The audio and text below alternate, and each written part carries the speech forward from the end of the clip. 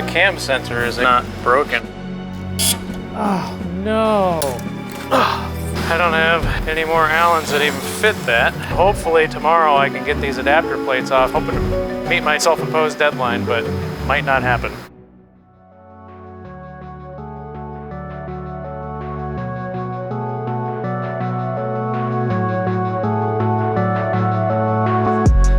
Okay, so last night I was basically sunken into the deepest depths of despair because it felt like it took way too long to get the engine out. It took way too long to get everything swapped from one engine to the other. And then I couldn't get these plates off of the engine and I broke my only Allen socket for doing that. So this morning I was able to go get these high torque Allen sockets, and now I was able to finally get all 4 bolts broken loose on this plate, and now I just got to go over and do the other one, and then once that's done I can swap these over to the new engine. Today I have newfound hope for victory, but I got a lot of work to do, and I'm gonna see if I can get it all done today. All right, finally. Now I gotta get the other side. Oh no. Well, so much for being high torque. I just busted the high torque one. Well, you know, why they would use such a small size Allen screw for these bolts, I have no idea, because they're huge bolts, and then they use a teeny tiny little 6mm Allen head. That's ridiculous. Ah, man, just when I thought we were gonna be downhill. I mean, at least it's not stripping out the bolt or anything, it's just breaking my stuff. And I'm just gonna do the old trick of tapping around where the threads go in and around here and just see if maybe that'll break some of this stuff loose before I get crazy about breaking more tools. And then it comes right off. This is the one that I actually broke that high torque Allen socket on. And just from tapping around it like that, it broke completely free. Probably could have done that right from the very beginning, but I was getting impatient last night. Want to know something kind of cool? Even metric sockets all use 1/4, 1/2 inch, and 3/8 ratchets, which means SAE wins America. Now I just got to make sure those are tight, but I guess not too tight, because apparently they tighten up all on their own. Okay, motor mounts are on. I'm only a perfectionist with like really stupid stuff, with like having your chain nice and straight and even. Nothing else. Nothing else on this will be perfect by a long shot, but by golly, while the engine's going in, that chain will be straight.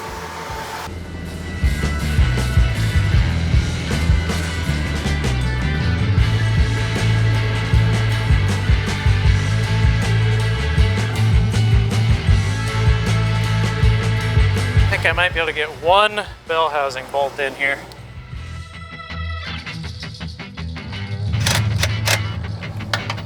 So I got one bell housing bolt started, as long as it's not cross-threaded, hopefully. I think it might have just installed itself. Either that or the bolt that I just put in stripped out of the threads, but we'll see.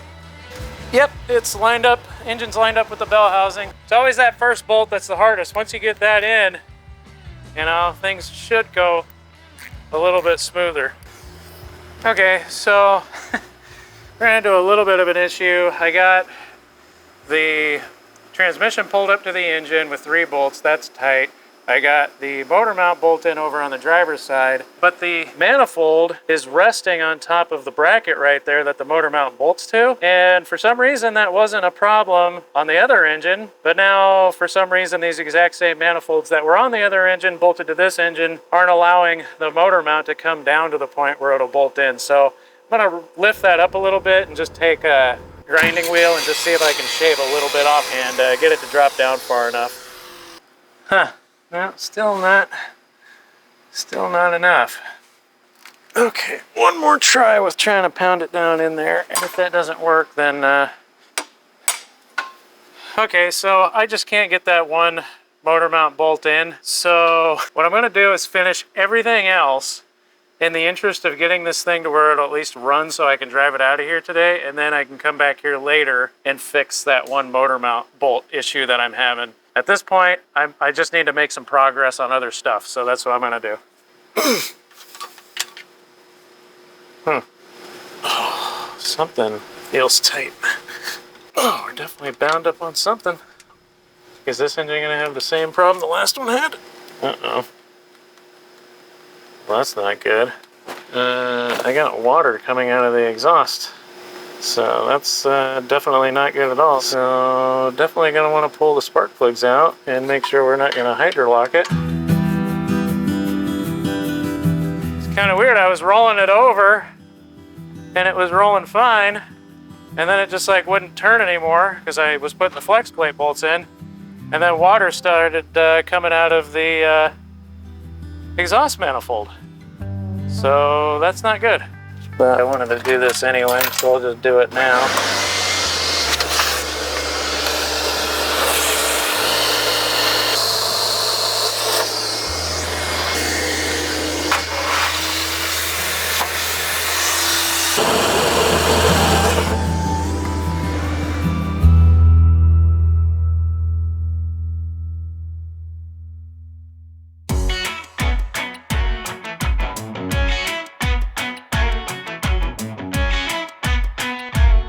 Yeah, I keep hitting a stiff spot while I'm rolling it over. This isn't the first time I've rolled it all the way over either, so I don't know if the actual noise we were hearing was in the transmission after all, or if this motor has got something wrong with it too, but I'm gonna pull all the spark plugs and just look, I guess.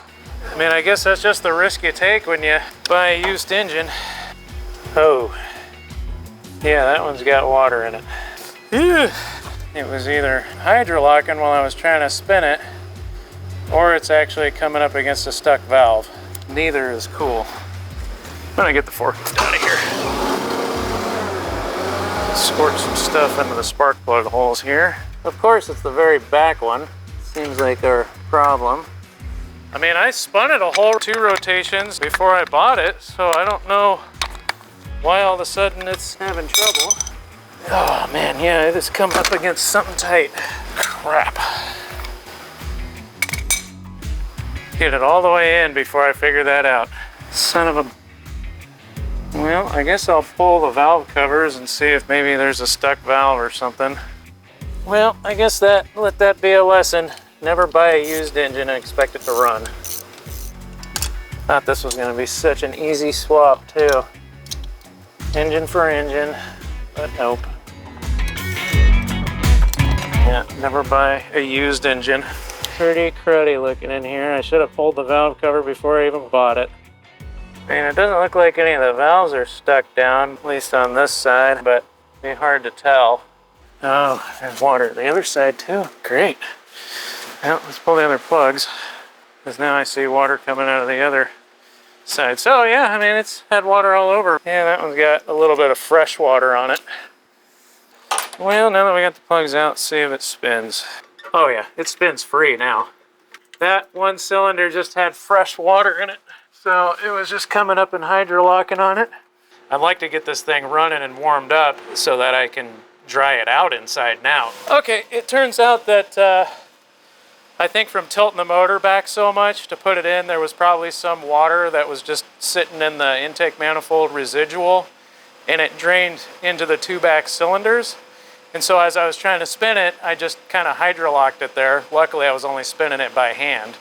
But now I just pulled the spark plug and a bunch of water drained out and the thing totally spins free. So I'm gonna finish putting everything together and then crank it with the starter without the plugs in just to make sure we've got all that water out, put the plugs in, and then we'll fire it up. If it's not seized up, it should run. You know, it just hopefully will run better than the other one ran. So I drained the oil out of it and it was looking a little bit sludgy, but I think it was mostly at the bottom, so I dumped 3 quarts down it just to flush everything out of the bottom of the pan, and then it came out clear, so I think it's okay. So right now, I'm just hooking things up. I'm gonna hook up the oil pressure sender. I gotta hook up all the wiring harness stuff here, and I should probably put the brake booster back on just so I got brakes when I go to test fire it. Okay, there we go, fuel line's on.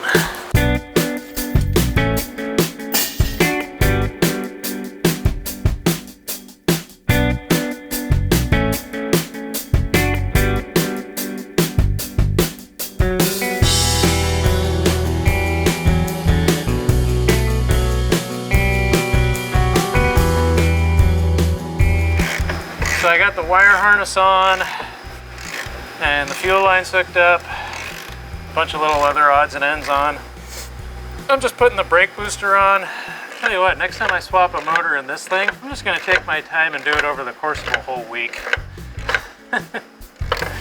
What a pain.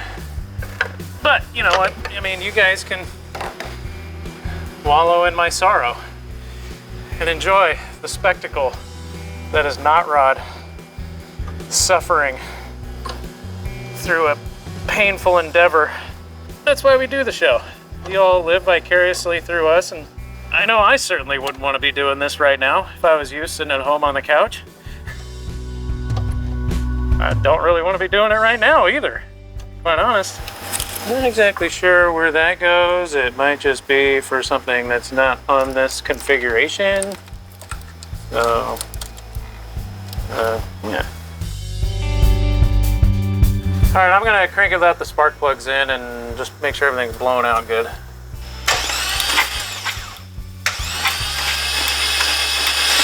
Okay, we ended up getting 40 pounds of oil pressure just spinning it on the starter there, so I'm starting to feel better about this. Plugs and wires, and then we'll see if it'll run, then we can finish it. Okay, we are about to have either total fail or total victory.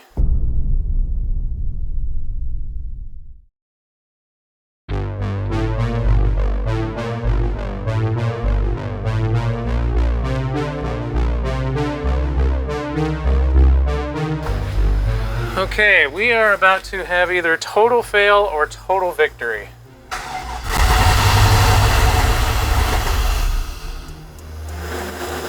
It kind of started.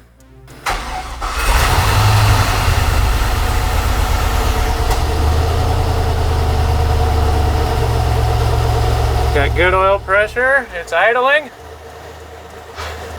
Holy crap, dude. Oh, I don't believe it. It actually runs. Oh my God, I will be able to actually meet my goal of driving it out of here before Monday. Whew, all right, I'm gonna finish the rest of it.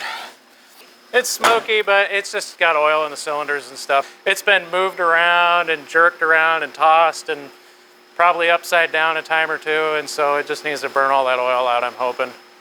But it runs, and it doesn't make really terrible noises like the other one did. Like, after all this work over the weekend, all by myself, this is probably one of the best feelings in the world. There is, unless you've done this, you will never understand the feeling of going through all of this pain and torture, and then finally hearing an engine run all on its own.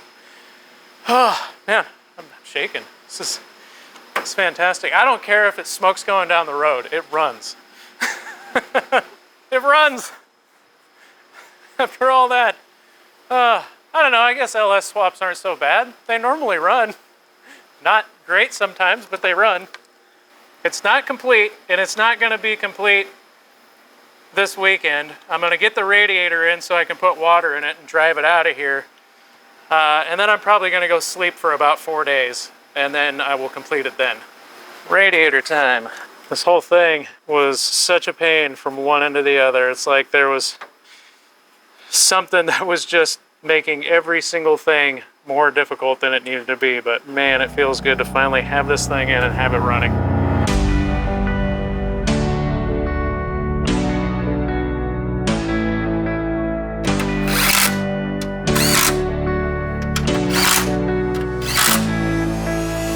We'll go ahead and slap this on real quick.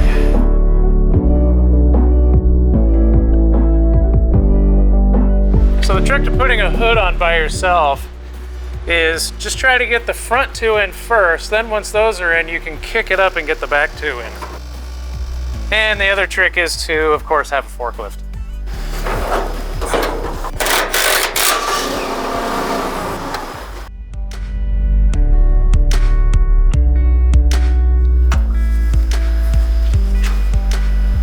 That'll do, pig.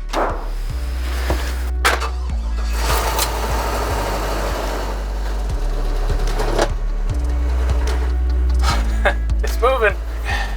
gotta be honest, there was a few times there when I did not think that this thing was gonna be driving out of the shop under its own power this weekend. But I wanna thank all of you for coming along with me on this journey. Wasn't easy for me, but I hope it was entertaining for you. And unfortunately, no burnouts yet until I get that other motor mount bolt in.